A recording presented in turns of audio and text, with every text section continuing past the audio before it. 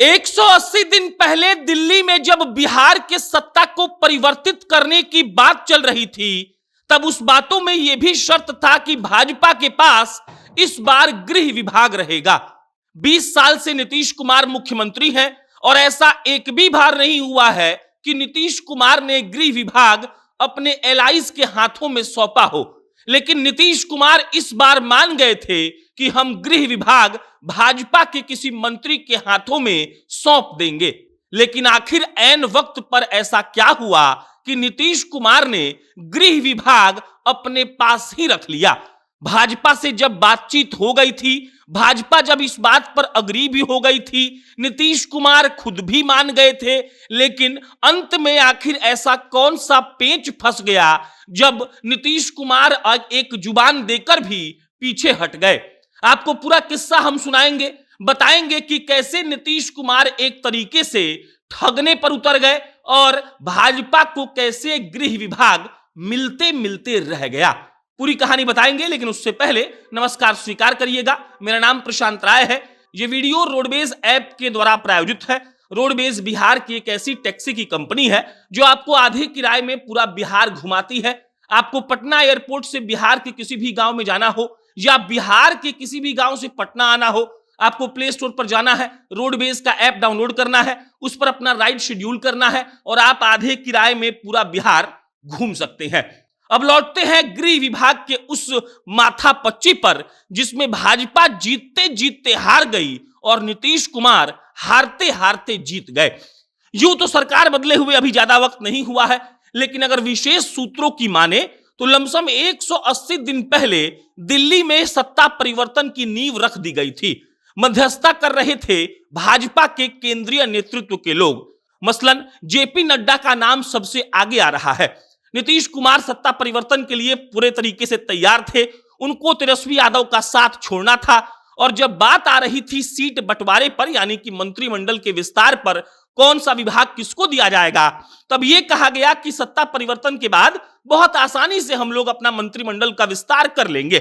लेकिन भाजपा ने शर्त यह रखा कि देखिए नीतीश बाबू, आप विकास का चेहरा बनिए, लेकिन लॉ एंड ऑर्डर का चेहरा हम बनेंगे।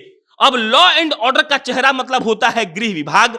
सारा पुलिसिया फौज जो है वो गृह विभाग के भीतर होता है। नीतीश कुमार 1 मिनट को मान गए। नीतीश कुमार कहते हैं कि हम आपको दे देंगे, लेकिन सूत्रों से खबर यह मिलती है कि नीतीश कुमार ने भाजपा के सामने एक शर्त रखा और इसी शर्त के कारण भाजपा के पास गृह विभाग नहीं जा पाया। अब आप सोच रहे होंगे नीतीश कुमार ने कौन सा ऐसा शर्त रख दिया जिसके चलते इतना बड़ा नुकसान भाजपा सहने को तैयार हो गई।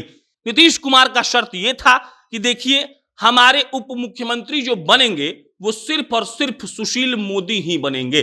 सुशील मोदी को नीतीश कुमार बतौर उप मुख्यमंत्री देखना चाहते थे और हम सब जानते हैं कि पिछले 20 सालों में नीतीश कुमार के सबसे खास रहने वाले व्यक्ति का नाम है सुशील मोदी।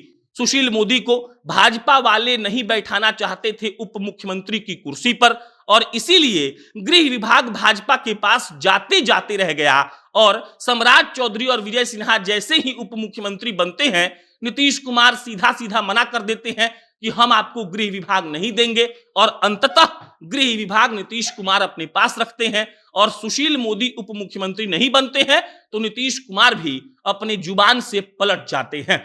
सुशील मोदी की अहमियत हम सब जानते हैं। जब जब भाजपा सरकार में रही है और अगर कहा जाए कि अच्छे से शांति से सरकार चलने की बात हो तो सुशील मोदी जब जब उप मुख्यमंत्री रहे हैं सब ठीक चलता रहा है और इसका रीजन है नीतीश कुमार और सुशील मोदी की दोस्ती, उनकी अपनी ट्यूनिंग। और ये ट्यूनिंग अच्छी इसलिए है क्योंकि पटना यूनिवर्सिटी के कॉलेज के दिनों से वो लोग साथ हैं। नीतीश इंजीनियरिंग कर रहे थे, सुशील मोदी साइंस कॉलेज में पढ़ रहे थे, जेपी के मूवमेंट में दोनों साथ थे और नीतीश कुमार सुशील मोदी की दोस्ती इतनी गहरी है कि कुछ भी होता है नीतीश कुमार सुशील मोदी का साथ देते हैं और सुशील मोदी भी अपना जो निजी उनका रिश्ता है वो खराब नहीं करते हैं।